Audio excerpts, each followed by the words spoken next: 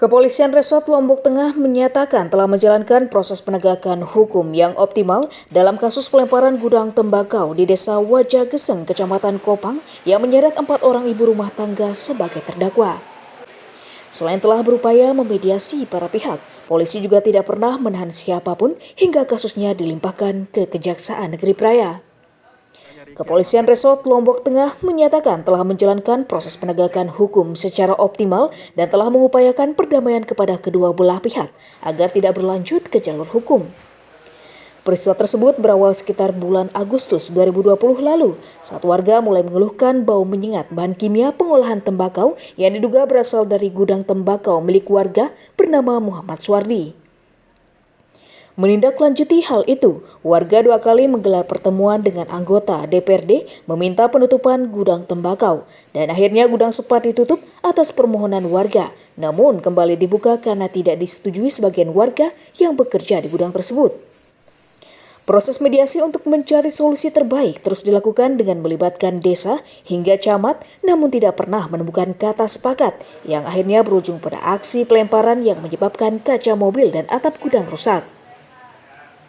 Aksi pelemparan terus terjadi hingga tanggal 26 Desember 2020 dan karena kesal upaya mediasi berjalan buntu, pemilik gudang akhirnya melapor secara resmi pada tanggal 18 Januari 2020 dengan laporan tentang perusakan gudang tembakau dengan pelaku 4 ibu rumah tangga tersebut. Mungkin Polres tidak bisa katakanlah mempertemukan dua belah pihak, aparatur yang ada di bawah, tokoh-tokoh di bawah ini yang mungkin akan bisa mediasi. Kan gitu. Karena jarak rumah antara para tersangka, terlapor dengan pelapor kan nggak jauh. Karena tidak ada itikat dari kedua belah pihak atau itikat untuk diselesaikan kekeluargaan, bergulirlah masalah ini. Sehingga kita serahkan atau kita limpahkan ke kejaksaan atau Selain tidak pernah menahan para tersangka, polisi juga menyatakan telah menjalankan tugas dengan profesional serta mengupayakan solusi terbaik sesuai aturan hukum yang berlaku bagi kedua belah pihak yang bersengketa.